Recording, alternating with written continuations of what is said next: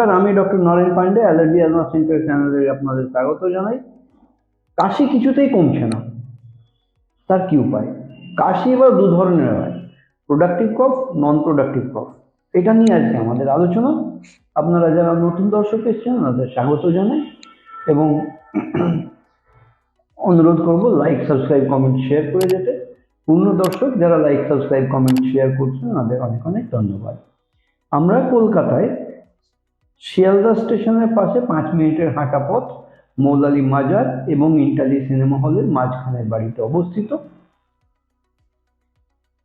আমাদের এখানে পরিষেবা নিতে গিয়ে 500 টাকা অগ্রিম নন রিফান্ডেবল জমা করতে হয়, যার জন্য অ্যাপয়েন্টমেন্ট নাম্বারে কল করতে হবে, নিচে দেওয়া নাম্বার 7278034776।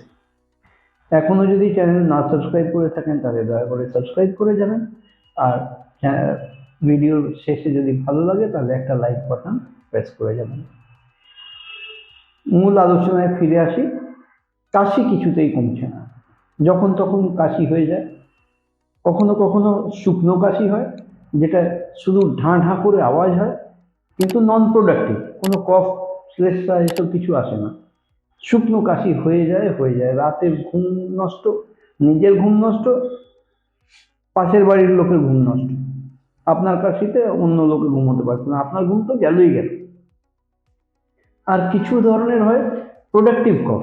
সেই প্রোডাক্টিভ কফে প্রচুর পরিমাণে শ্লেষ্মা চলে আসে, শ্লেষ্মা বুক থেকে উঠে এসে নাক গলা ভর্তি হয়ে যায়। এটা নিয়ে খুব অস্বস্তির পরিস্থিতি। কাশির আওয়াজ তো আছেই, প্লাস ওয়েট, ভেজা। প্রোডাক্টিভ, নন প্রোডাক্টিভ দু ধরনের কাশি হয়। অনেক সময় এই নন প্রোডাক্টিভ কফ, যেটা শুকনো কাশি, সেটা দেখা যায় post nasal ড্রিপে।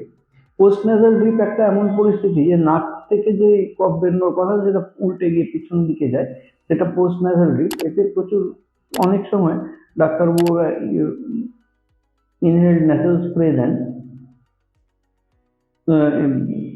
Inhaled corticosteroid nasal spray দেওয়া হয়, তাতে অনেকটা সুরাহা হয়। কিন্তু তার সাথে সাথে অ্যান্টি অ্যালার্জিক মেডিকেশনগুলো সাথে চালানোর প্রয়োজন থাকে। অ্যান্টি অ্যালার্জিক বলুন বা অ্যান্টি হিস্টামিন বলুন, এইরকম ওষুধ দিলে কিন্তু আপনি for the time be better থাকেন।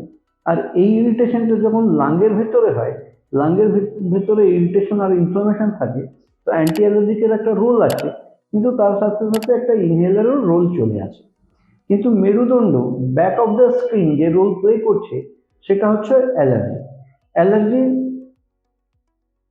বিরুদ্ধে যখন অ্যান্টি অ্যালার্জিক দেওয়া হয়, তৎক্ষণিকের জন্য ওটা নিউট্রালাইজ হয়ে যায়। Neutralise in the sense, allergy হলো, অ্যান্টি অ্যালার্জিক দেওয়া হলো, ওটা নিউট্রালাইজ হয়ে গেল। তৎক্ষণিকের জন্য যে সিমটমটা আছে সেটা কম থাকলো। সেটা কতক্ষণ? যতক্ষণ ওই অ্যান্টি অ্যালার্জিক কি অ্যান্টি হিস্টামিনের ওষুধের ক্ষমতাটা আপনার শরীরে কার্যকারী আছে। ক্ষমতা যেই কমে গেল তখনই এই সমস্যা আবার চালু হয়ে গেল। তো যেখানে অ্যান্টি অ্যালার্জিকের রোল আসছে, অ্যান্টি অ্যালার্জিক আমার বডিতে গেলে তখন ওটাকে দাবিয়ে রাখছে, তো সেই অ্যালার্জিটা হচ্ছে কোথায়, তার উৎসর্গ কোথায়, সেটা একটা খোঁজার প্রশ্ন চলে আসে। তো সেই অ্যালার্জি খুঁজতে গিয়ে আমাদের যেটা প্রয়োজন, সেটা মডিফাইড স্কিন প্রিক টেস্ট, চামড়ার উপরে অ্যালার্জি পরীক্ষণ করা। এই অ্যালার্জি পরীক্ষণ যে চামড়ার উপরে করা হয় তাকে মডিফাইড স্কিন প্রিক টেস্ট বলা হয়। আর বিশ্বমানের যে অ্যালার্জির জন্য যে পরীক্ষাটা, সেটা হচ্ছে মডিফাইড স্কিন প্রিক টেস্ট।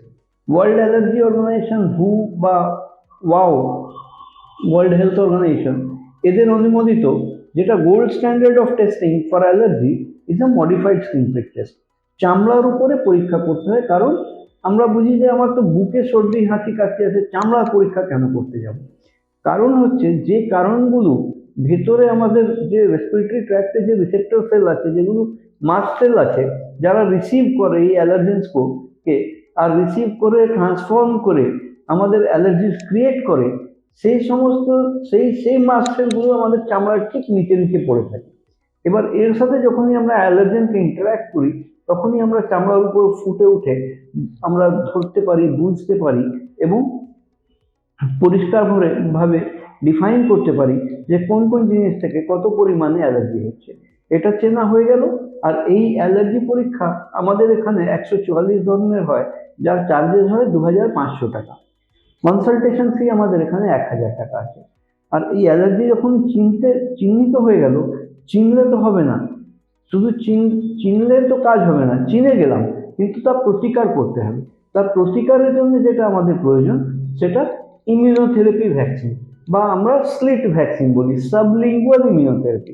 এটা ইঞ্জেকশনের ভ্যাকসিন নয়, এটা মুখে ড্রপ খাওয়ার ভ্যাকসিন। এই ভ্যাকসিন নিলে 2-3 মাসে আস্তে আস্তে বডির মধ্যে ইমিউনিটি ডেভেলপ হয়। ইমিউনিটি ডেভেলপ হলে তারপর থেকেই আমরা কিন্তু 3 মাসের পর থেকে মোটামুটি আমরা অ্যান্টি অ্যালার্জি ইনহেলার করে যেগুলো চলছে সেগুলো আমরা উইথড্র করতে পারবো এবং একটা নর্মাল লাইফস্টাইলের মধ্যে যেতে পারবো। এই সাবলিঙ্গুয়াল ইমিউনোথেরাপি যে ভ্যাকসিন, 1 বছরের কোর্সের চার্জেস আমাদের এখানে 8000 টাকা আছে। আর এই ভ্যাকসিন 1 বছর কোর্স কমপ্লিট করে তারপরে অ্যাডিশনালি আরো 3 থেকে 5 বছর বুস্টার ভ্যাকসিন নিতে হয়, যাতে লাইফ লং এর এফিকেসিটা পড়ে থাকে, বডির মধ্যে থেকে যায়। এই সমস্ত পরিষেবা যদি নেওয়ার প্রয়োজন থাকে তাহলে নিচে দেওয়া নাম্বার 7278034776 এ যোগাযোগ করে আগাম 500 টাকা নন রিফান্ডেবল পাঠিয়ে অ্যাপয়েন্টমেন্ট নিয়ে আপনারা এসে যেতে পারেন। আমরা অ্যালার্জি অ্যাজমা সেন্টার, মৌলালিতে, শিয়ালদা স্টেশন থেকে 5 মিনিট হাঁটা পথ। মৌলালি মাজার থেকে বাঁ দিকে যে রাস্তা বেরোচ্ছে তাতে প্রবেশ করে একটা বাড়ি ছেড়ে দ্বিতীয় বাড়িতে আমরা অবস্থিত, অর্থাৎ মৌলালি মাজার এবং ইন্টারলেক সিনেমা হলের মাঝখানের বাড়িতে আমরা অবস্থিত। আজকের মতন এখানেই শেষ করলাম। আমি ডক্টর নরেন পান্ডে। আপনারা ভালো থাকবেন, সুস্থ থাকবেন।